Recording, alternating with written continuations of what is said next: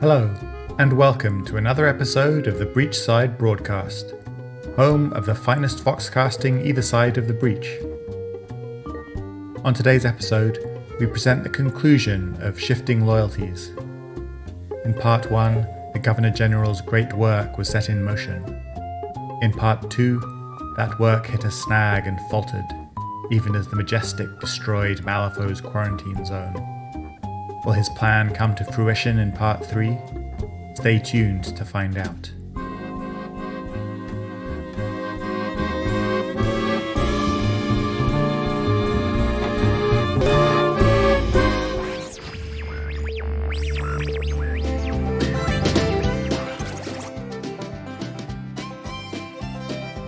This episode of the Breachside Broadcast is brought to you by Malifaux Prisons and Corrections.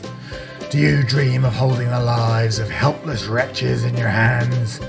Do you see convicted criminals as nothing more than a free labour force who are undeserving of basic human dignity? Do you have an underdeveloped sense of empathy? Then perhaps a career in corrections is right for you. Apply to Superintendent Queeg and begin a career in incarceration today.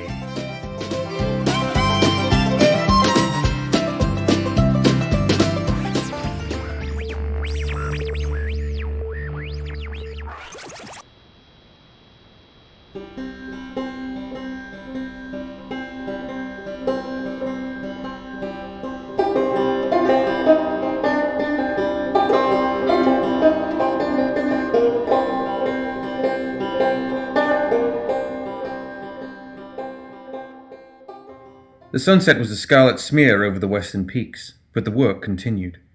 The convict gangs laboured like machines, hauling rubble out to the edges of the field that the Majestic had so brutally cleared, piling it into timber forms to make a rough new barricade. The ironclad itself sat silhouetted against the bloody sky, windows glowing. Standing on a stub of stone wall, Captain Dashiell Barker watched its searchlights sweep up and down the perimeters. "Admiring the vice-regal transport?" Dashiell looked round. Master Queeg, the guild's new superintendent of prisons and corrections, was standing behind him. "What a creation it is! I trust, Captain, that you do not put any faith in these malcontent stories about His Excellency." "Which stories?" Dashiell asked, tilting his great hairless crag of a head.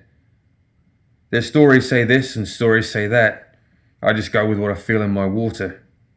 If he could be here for this, then he would be." "It's appropriate for a man of his station to be seen upholding his office," Queeg said primly. "I am sure that his absence, if absent he is unavoidable, and unfortunate." He frowned and tapped his toe in the dust. The superintendent's tall, thin body swayed at the shoulders when he walked, like a spring-legged tin toy.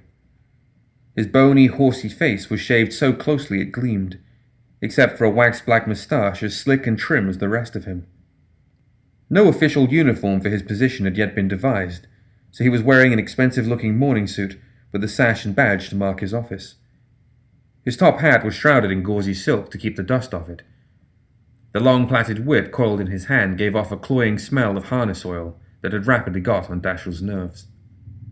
As the afternoon had worn on, Dashiell had taken to making his rounds in an unpredictable zigzag, ostensibly to catch malingerers, but mainly aimed at evading Queeg.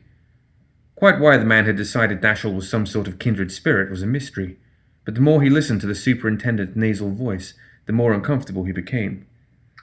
"You'll observe, Captain, the uniforms," Queeg would declare. "Proper dress of the convict is essential to achieving the iron discipline that the lawless temperament requires. No more of this business of penning them up in whatever they were wearing when they were arrested. No, it is indulgent. Every one of them is now in my ledgers by their uniform number, not by name." Or, "You will have noted, Captain, that the whip has remained almost unused. I find that after administering a proper course of initial correction, the whip is barely necessary but for particular direction. I count myself in the fore of scientific thought on the subject. The newest studies show that over-regular flogging stimulates the humours in unpredictable ways, and predictability must ever be our watchword." Or, "It is long overdue, do you not agree, Captain, to bring the rationality of science to this calling? That in an era of such advances in the natural philosophies, we should realize that a permanent scientific cure for criminality might be within our grasp. I myself have been developing my techniques ever since my days as a schoolmaster, and I say with all modesty that these criminals are no harder to break than the most spirited of my classroom charges. What an opportunity there is in Malifaux to improve and perfect my methods. Behavioral, chemical, even surgical treatments. I have heard excellent reports of your doctors Smedley and McMorning, whose knowledge I'm sure will complement my work invaluably. No more will the criminal classes roam the streets, wanton, dissipated, and a threat to respectable citizens. Mark my word, Captain, His Excellency brought me to Malifaux just in time. All that was bad enough, but the convicts themselves were worse. Dashel had been dismayed to see that the convicts were unshackled and barely guarded. But even without a single restraint to be seen, they shuffled along in formation as though their ankles were weighted, and their bodies chained together. None of them spoke. They didn't even grunt or moan when they hefted chunks of stone or swung sledgehammers. And they never stopped. Dashel hadn't seen a single one of them pause in their work for food or drink, or even to stretch their back or mop their brow. He saw several of the more sickly-looking ones visibly quaking from exhaustion, but they kept on through the motions of their tasks as though they were being dragged through them. Dashel remembered Queeg's exclamations about Smedley and McMorning, and wished he hadn't. Dashel enjoyed his promotion, and his special little errands for Secretary Mattison, because he was hard to rattle and he didn't ask questions. But this was a whole different kind of unpleasant, one that had managed to seep through even his thick hide. He just wanted the night to be over.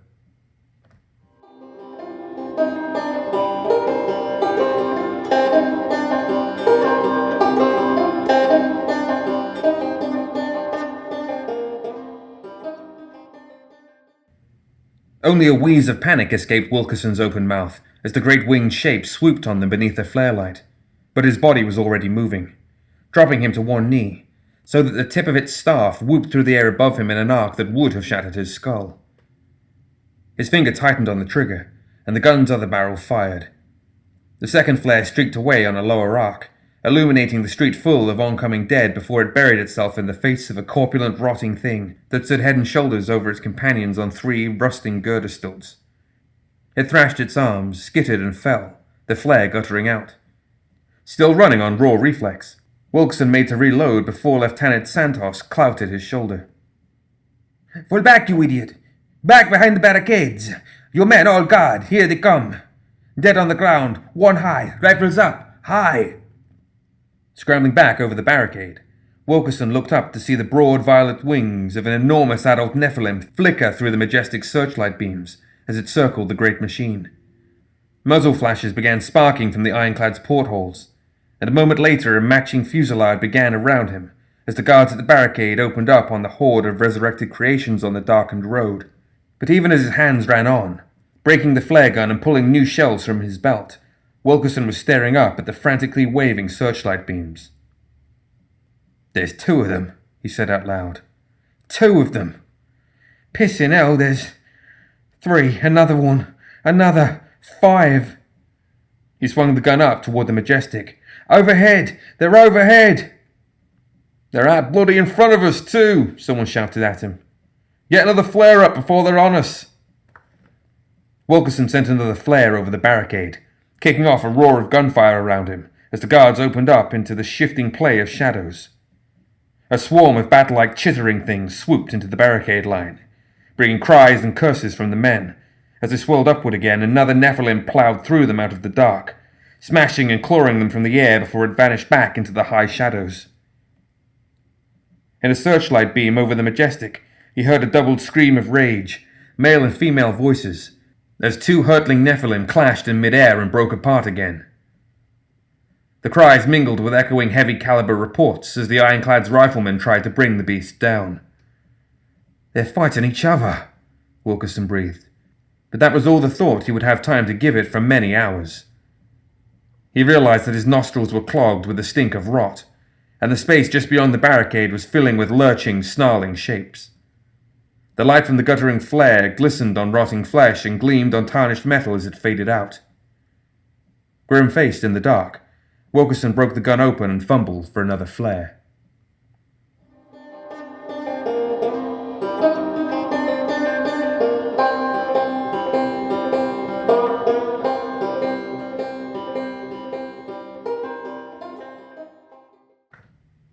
The manor's heavy oak and iron double doors boomed open as if a cannon round had hit them, almost knocking the night footmen off their feet.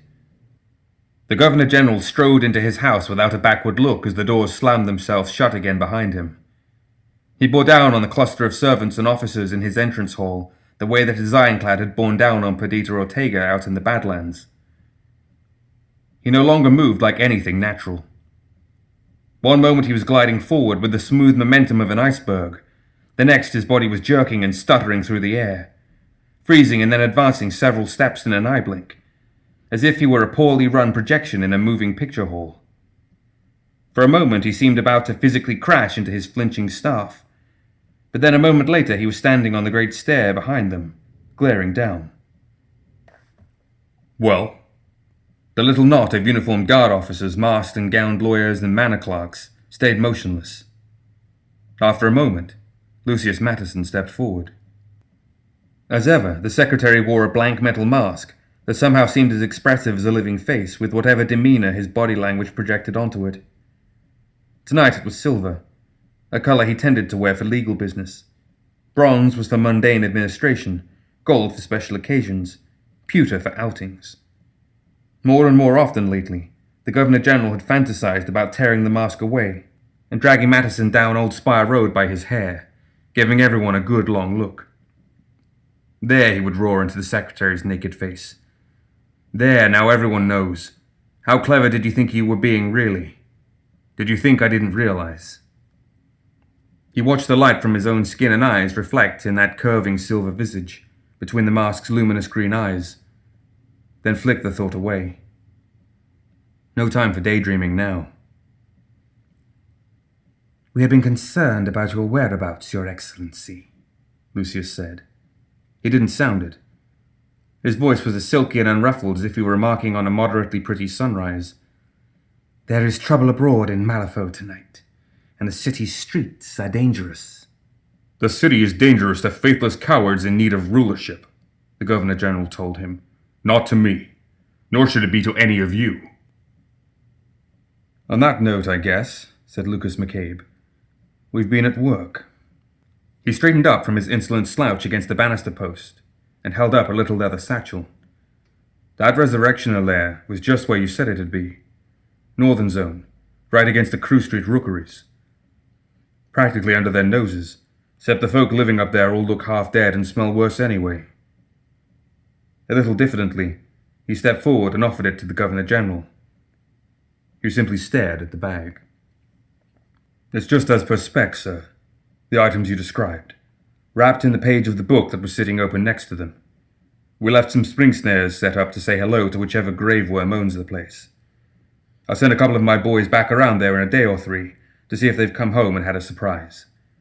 If the city's safe to travel across by then.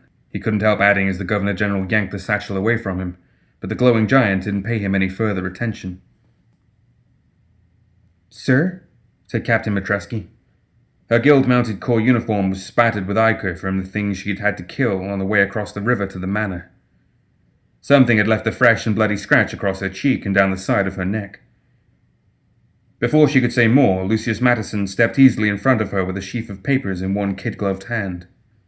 The star charts from Lady Duffield's observatory on the North Bank, he said. Both the originals you gifted her and her own modified versions. I took the liberty of reading them in the carriage. She was rather excited about the recent changes in the constellations, although I do not believe she understands what they mean. And of course now she will have to begin charting them from scratch. He sounded amused. The papers tore in one or two places as they darted out of Lucius' hands and through the air into the Governor-General's. Furthermore, Matteson went on, I took refreshments with 2 senior partners in the Katanaka trading house this morning. I came away with the components our designs require. There was a scrupulously modulated emphasis on the hour. He held up an unmarked envelope between 2 fingers. A moment later it was 10 feet away, crumpled in the Governor-General's hand, bathed in the pearly aura of the man's skin. Tell me. The inventory of tokens is complete now, Matteson said. The works we discussed will be ready to... Damn the tokens! the Governor-General roared back at him. In that instant he blurred and shifted, for a moment standing between two flickering replicas of himself. A little shockwave of acrid power made the visitor's eyes water and their exposed skin tingle and itch. The tokens no longer matter. I'm no slave to works and rituals any more. I am above them now. The air around his brow shimmered. So shut your mouth, Lucius, if that's even what you have under there any more, and get out of the way of my officer. Captain, tell me what is happening in my city. Lucius stood frozen for a moment, and then gave a bow that was over-elaborate to the point of insolence. Matrevsky stepped around him, a guard trooper behind her. Sir, the new reclamation site has been under attack since sunset, and we believe it is now overwhelmed. The fighting is pushed back along Scrivener Street and now into the curtains. The Rifle Corps are holding the bridge, and a dozen Guardians are en route to relieve them. Lieutenant Demir is moving 3 peacekeepers by barge to the Scrivener Street wharf, with infantry reinforcements to try and reform the original barricade line. Most of the sanctioned casters are standing in reserve on the downtown riverfronts under Lieutenant Din. Some locals in the area have locked themselves indoors, but there are large numbers fleeing the district. The northwestern streets and the Knotgate Bridge are... Where?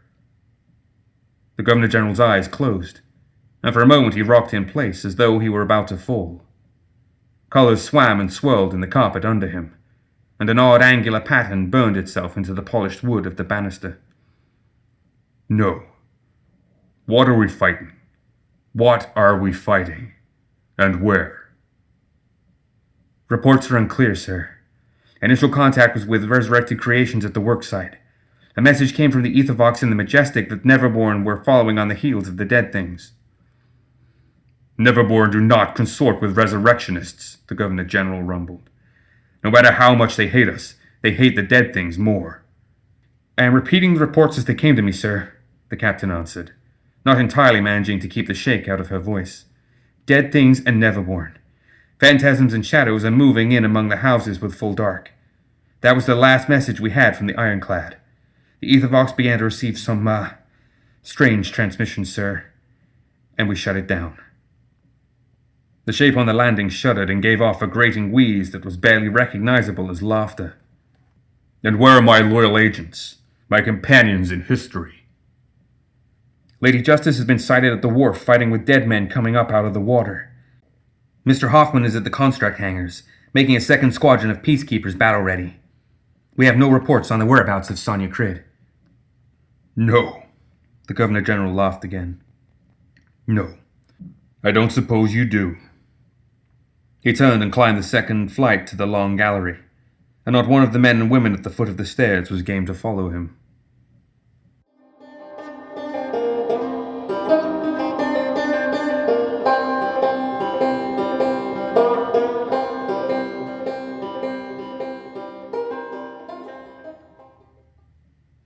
The explosion bowled over any unfortunate guards who hadn't already thrown themselves prone, riddled the air with fragments of rock and brick, and shattered scores of windows inward, pelting the rooms inside with splintered shutters and flying glass. Dashiell Barker didn't give a fart for any of that. He'd done the guards the favor of roaring a warning as he threw the bomb, and as for these tenement houses, well, anyone who decided to put their feet up at home on a night like this could go crying to the GG if they didn't like what their stupidity ended up doing for them. What did bother him, though, was the last of the dynamite stakes he grabbed from the construction crew's stash at the new reclamation zone. And despite his best efforts to pick his targets and not to pull the trigger until he saw the whites of their eyes, or at least the filthy, roomy yellow-grey, he was unnervingly aware of how low his ammo was getting. This hellish night was furnishing him with plenty of dead comrades, whose bandoliers and pouches were helping a little, but the guild lines were being pushed back through the city at a brisk pace, and the thought of lingering to reclaim more rounds while the night closed in on him? No. Up, he bellowed. My face is too damn pretty to be clawed off me for want of a trooper who'll stay awake after bedtime. A shadow whickered toward him at head height down the street. Running on pure adrenaline-driven reflex, he pivoted out of its way and swung his baton up as it passed him. There was an animal shriek, and something furry and musty-smelling flopped to the pavement 10 feet behind him. See how easy it is? On your feet, you lazy sods! The new reclamation and the beleaguered ironclad in the middle of it were long gone behind them. And, for that matter, so were the demolished barricades on Scrivener Street. He had started to try bearing north whenever possible, wanting to get to the riverbank and to a bridge or barge back to downtown and the Guild Enclave, but he was having trouble telling which way that was. The street lamps hadn't been lit, and the tenements were high enough to block any attempt to spot landmarks. It was horribly easy to get turned around. He suspected he'd led his little impromptu platoon in at least one circle already. He suspected he wouldn't be blessed with the time to do that again. The streets had been in a panic when they spilled back through the barricades, and then a running battle for what had felt like hours, a whirling, blurring, omnidirectional cat-and-mouse murder spree. They had met up with other guards, squads of troopers, formations of clanking guardian constructs or roaming peacekeepers that had acquired entourages of terrified hangers-on, taking comfort from the big machines. But then they would be split again, by some pack of monsters, laughing contorted shadows, or just strange lights and dizzy disorientation. As he led them out of the narrow street and through a little triangular plaza scattered with wrecked wooden barrows, Dashel tilted his head this way and that, watching for flares, listening for gunfire or whistles. He couldn't begin to piece together how the battle was unfolding. Was he lost in a tiny pocket of no man's land, just needing to hold on until help came a-marching, or was the whole of Malifaux being overrun? There was a crash of wood on stone from somewhere on his left, and a scream from one of the guards as half the heavy grocer's barrow came scything out of the dark and smashed him off his feet. Dashel looked around to see a slab-shouldered shape racing toward them on all fours, like some bestial primate, giving a groan that did not pause for any intake of breath. Another dead thing. Then came the hard crack of a peacebringer and a yellow muzzle flash. The thing's groan hitched and stopped, and the slapping sound of its limbs petered out as it fell, one hind leg shot in two. "Do you happen to need assistance, Captain?" There was enough moonlight in the plaza for Dashel to make out Master Queeg, not a hair or button out of place, posing atop the wrecked cart, with his whip uncoiled and his peacebringer pistol drawn. "Oh, are you kidding me?" was Dashel's ungrateful thought as he watched the superintendent step down, walk to the scrabbling four-armed corpse, and drive the peacebringer's cleaving blade down. Now, Captain, up and about, no lollygagging." Queeg's laugh was a nasal monotone, as unpleasant as the rest of him. "Where—" Dashel began. "No, never mind. Get in with us. And save your rounds if you can. We don't know how much longer we'll be. Bloody hell." Queeg was pointing to two convicts behind him, visibly loaded down with ammunition pouches. "We're behind!" Dashel surged forward with his collier up. The convict that had been picking up the crushed trooper's ammo pouch did not look up as a pack of little shapes came scurrying around an upended cart. They giggled and squealed like children who'd just had presents placed in front of them, and threw themselves on the man's back. "Who's got a shot?" Dashel shouted, trying to aim, thinking of the bullets as much as the man. In a matter of heartbeats, they'd borne him down and started dragging him away. Dashel could see slick, dark blood puddling in the moonlight. The man had not cried out, but he was still moving. He was still trying to reach back and pick up the ammo pouch. "What a magnificent field test tonight has been, Captain!" Behind him, Queeg had holstered his pistol and was clapping his hands. "Do you see? Even in their final extremity, they will still attempt to carry out their orders. We have expunged even fundamental self-preservation and replaced it with total obedience. Such a feat as can only yet be carried out here in Malifaux. But, my dear Captain, I fully He broke off as Dashel rounded on him. "How many of them have you sent to their deaths like that?" "I started with 200. But they only left the worksite with about half that. There wasn't time for an "You've said enough." There couldn't be more than a dozen sagging, exhausted shapes behind Queeg. It was a minor miracle they had that many left. Dashel motioned to them. "Get in among my guards. We're going to try finding a way to the river. And then, well, we're going to see. But you make one more speech at me tonight, Queeg, and I'll ram this baton so far down your throat, McMornan will have to roll you face down on the slab so he can pick your teeth out of your fundament. Clear?" "As the proverbial day, Captain, and there's no need to shout." "Right, you lot. Don't stand and gulp. Load up now, fast as you can. Inhuman cries were echoing over the rooftops, and childish laughter was still floating across the plaza. The windows of the trading house overlooking the plaza's north end were filling with sobbing clouds of green light. Something whose proportions were all wrong was standing beneath the arch to the lane on their east, silently watching them. Dashiell Barker looked around as his guards reloaded and took positions among the timber wreckage. He nodded. Dashiell was not a good man, nor a kind one, nor an honest one. But he was a soldier. And when you were in a fight together, then you were in it. Carefully, deliberately, he loaded his collier. Coming in from the road there, he called. Who's closest? Right. Hold, everyone. Hold. Aim. Fire!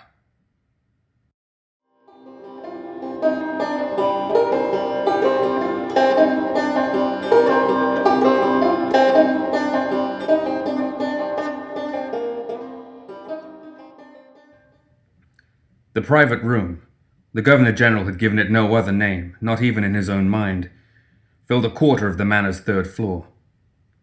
When he had first seen it, he had thought nothing of it beyond a vague irritation at this big, inconvenient, oddly windowless, empty space with no apparent use. Once the event had shaken the world and he had grasped the nature of his great work, he had found a use, and it was perfect. He did not remember walking into the room or closing the doors, although they were now closed, locked, and bolted behind him.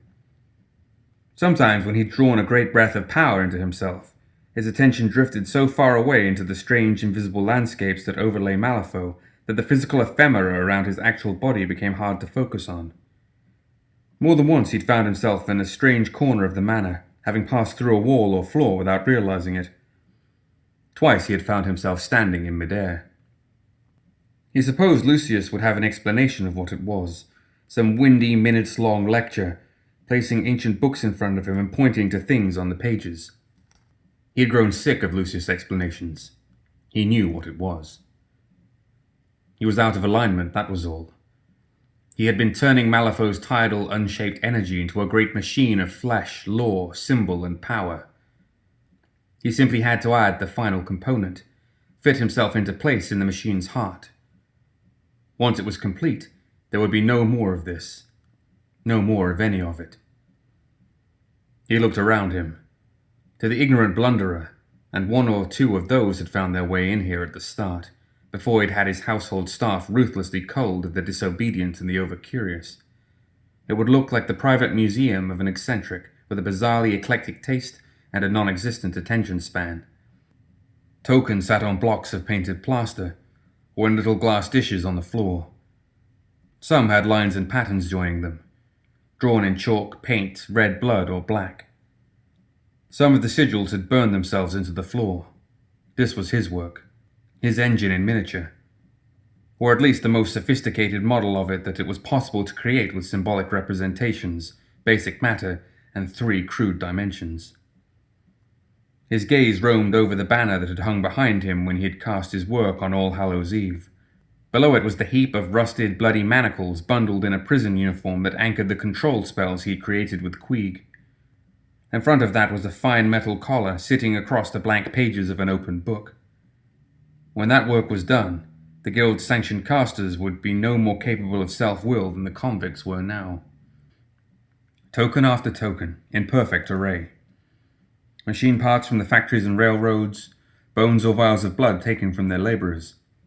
An ether jar compass from the rooms of the Malifaux Exploration Society, bringing an added mystical weight because the man it had been taken from had later died deep in the quarantine zone directly for want of it. A ball of earth and corpse fat collected from among the roots of the hanging tree. The Governor-General held up his hands.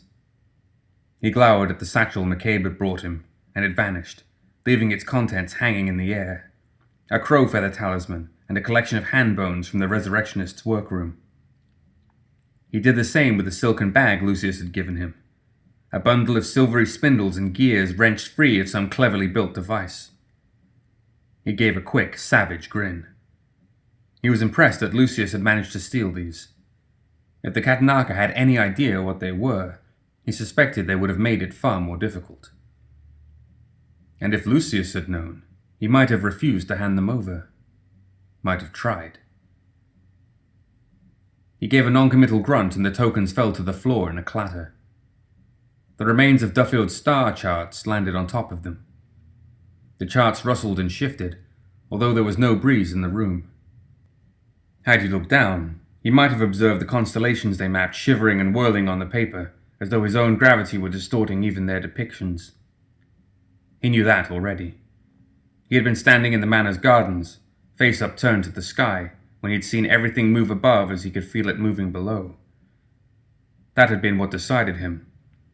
The work and this world was ready. His city needed him. It was time. He stepped over the pile without looking at it, and walked into the center of the room. So much had become clear to him since the disaster at Sunbeam. All these labors, building the tower to avatarhood stone by stone, had rewarded him. And then it had broken. The tower had crumbled under him and he had fallen. Humiliation. But he had risen back from it, would rise further. He held out his hand. His banner crackled, writhed as though it were alive, and fell to the floor in burning shreds. The plinth that held up the cog from the construct works exploded like a sugar glass shell around a dynamite stick, and the cog crashed to the floor. The ether gyre flew apart into scraps of steel and brass. The star charts at his feet became ash in an eye blink and blew away in a breeze that vanished as abruptly as it had started. A ruler could not depend on any but himself. He had allowed himself to sag down onto the rituals and tokens like crutches, and forgotten that he must learn to walk without them. At Sunbeam, the town seals had exploded and burned, and he had fallen to the ground. The Governor-General was wrapped in a cloud of fizzing purple-white light now, spilling from his eyes and mouth and coalescing out of the air. It was a light that many in Malifaux would find familiar. It was the same hue as the shockwave that had rolled across Malifaux after the comet had fallen into the bayou. It was the light of the event. He breathed it in, gripped it in his fists, hooked it with his mind and willed it to wrap him tighter, sink into his flesh through his very pores. Actinic flashes burst from his eyes, ears, nostrils, and mouth, and each time a power flare racked him, his convulsions drew the whirling cloud in tighter. He began to groan with the pain and the effort as his boots scraped along the floor and parted with it. Now he hung in the air, arms outstretched, head thrown back. Manifestation through artifice alone was impossible. Will was the key. The other fools who'd had the great gift just fall into their laps. None of them would ever grasp what he had to do to claw his ascension out of the very stuff of this world. He let out his breath in a roar, and dragged still more power into himself. Now he was surrounded by the shadows that English Ivan had seen over the square in Sunbeam, the shapes of thrones, chariots, scepters, and mantles. The Governor-General grew, his shoulders becoming even broader, his head rising toward the roof. His uniform respun itself into a dazzling creation grand enough for a monarch, and with a flexing of his will he dragged still more power in. This would be no short-term manifestation, to rage briefly then drain away like a flash flood. Let the other so-called avatars drift at the mercy of their energies, astonishing themselves when they manifested. He was not like them. He would not stop, would not end this. The monsters were coming out of the night, the way they had in those first days. All of Malifaux looked to him. He would do what he had always done, what was necessary. He would become rulership, but he would be no mere ruler. He would be... The word dropped perfectly into place in his mind. He would be a tyrant. Hanging at the center of a tornado of white-hot light, he laughed. He could feel it in him, a vast, mad geyser. But he was controlling it now, he was sure. He was harnessing... The aura brightened. The remaining tokens in the room were incinerated in quick white pops of light. With a small sound like rushing wind, the aura of power collapsed into the Governor-General and imbued him utterly. He was suspended in light and silence. All his physical senses were gone, but he could feel the pure crystal chill of the living blizzard over the mountains, the spark of human spirit beneath it, and the frozen thing that looked out of its heart. Feel the suffocating dark of the labyrinth, and the necropolis as it flowed like blood through strange veins of earth and stone. Feel the whirring motions of the moons and stars overhead, and understand the strange mirror of their movements, and yes, their thoughts. Feel the bitter enmity of the life that sprang up out of sight of the sun, in the deep forests and the bayou, and feel the wound at Kythera, where the life drained out of the world again. Feel the heat of the furnaces. Feel the crystalline thrum of the soulstone veins beneath the mountains, plunging down into the earth, keening like a plucked steel string with the power inside them. Feel the great pattern, the turning of the structure he had built, another layer over all the traces and designs that the powerful had sought to carve into Malifaux over the centuries and longer. Feeling his reach extend through the ley lines and symbols, his bindings and spells. Now he felt it in all his power, as sure and certain as the cold weight of a scepter gripped in a fist. At the heart of the machine his will spread and blossomed. His past evaporated behind him, his name vanished.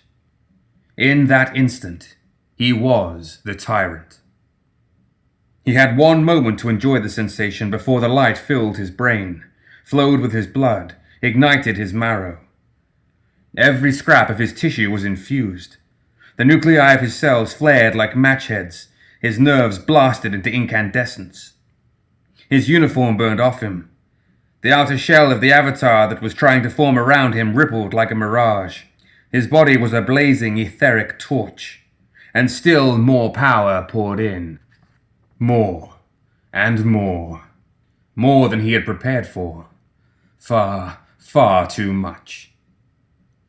The Governor General's last living thought was, wait.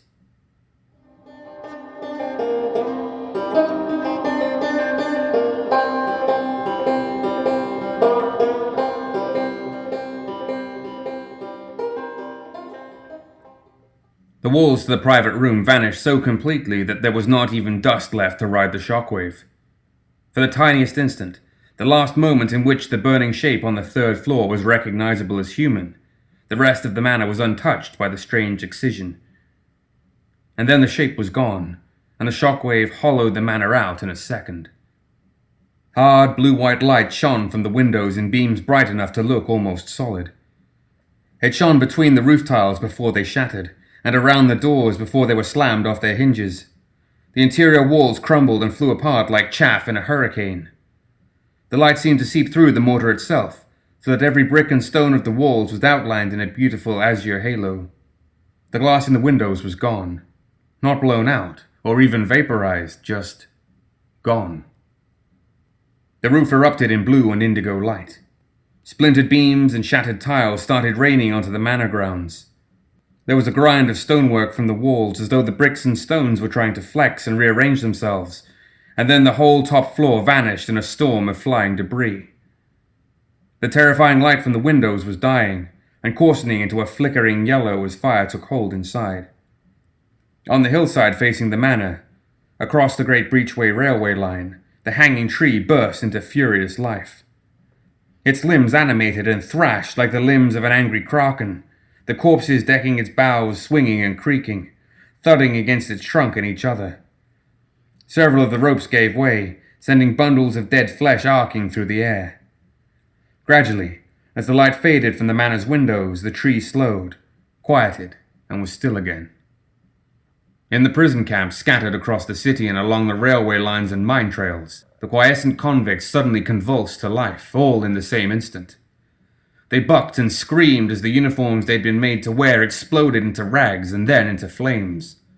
Lost in their seizures, oblivious to the burning, they shouted one word over and over: "Wait! Wait! Wait!" The already beleaguered guild forces that had tried to stand in the way of the never-born and undead rampages began to collapse the moment the manor did. The guards' sight began to blur. Their hearing filled with echoes and wind, and their movements became weighted and lethargic, or wild and jittery.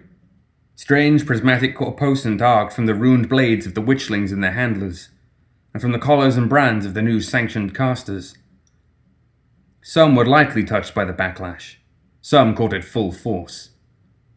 Along the downtown barricades, where casters and large witchling packs were most numerous, the guild lines crumbled as their magical support was consumed by sapphire flames and burned to ash in the gutter. In the corpse-littered rubble field of New Reclamation, the great ironclad Majestic was torn apart from within as the soul stones in the etheric furnaces detonated, touching off the ammunition magazines a moment later. Most of the guards who tried to dig in and use the ironclad as a fortress were killed in the chain of explosions. The rest lasted no more than minutes against the Neverborn, who came leaping and swooping in through the smoke, screaming in triumph and tearing the upper hatches from their hinges. By dawn, the Majestic would be a silent, smoking tomb. Mythic Night, they would come to call it later. Out around the Badland borders, town after town erupted into a strange delirium of fear and exhilaration. People came out onto the star and lamp-lit streets, not knowing why they did, barely knowing why they'd snapped to wakefulness.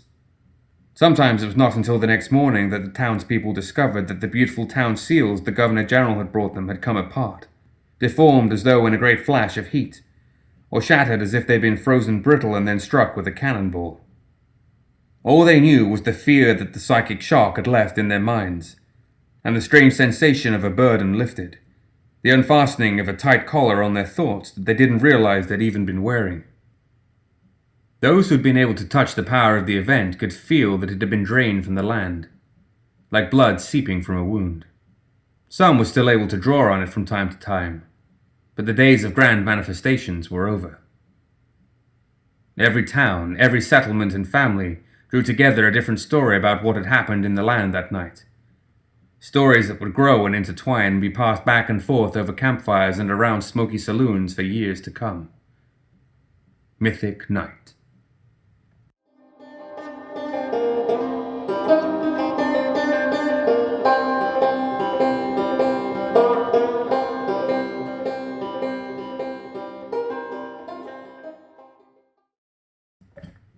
Lucius Mattison stood in the front doorway of the manor.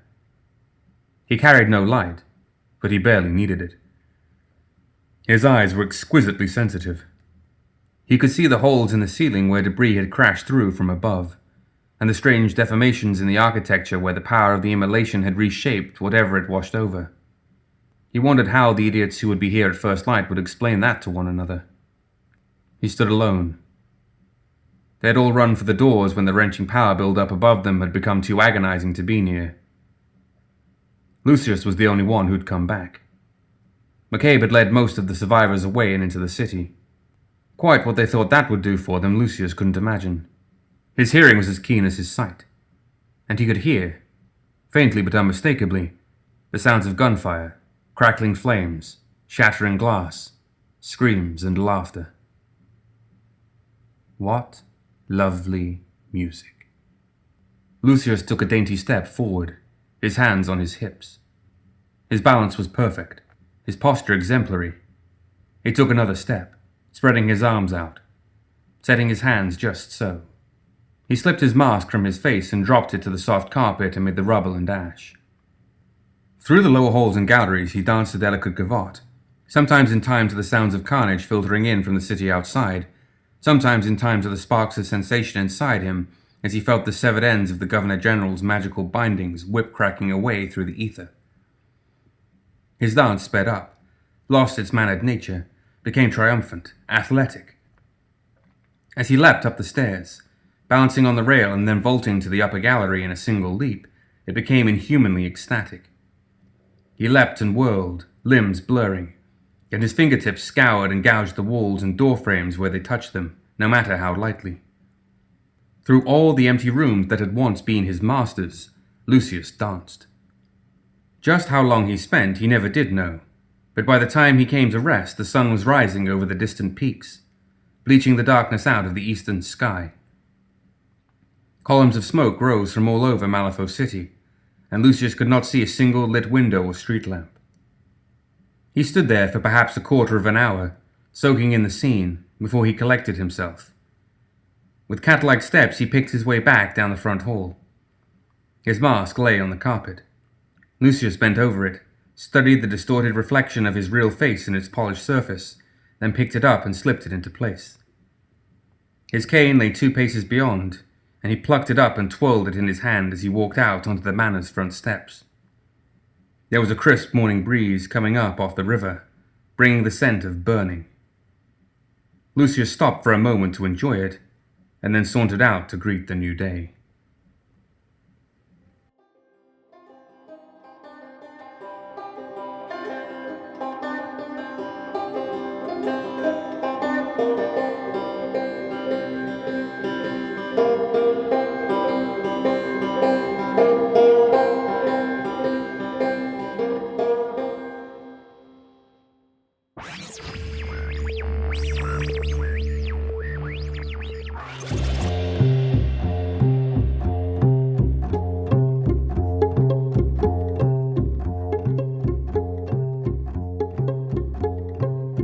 That's it for another episode of the Breachside Broadcast. Join us next time for more Tales of Malifaux.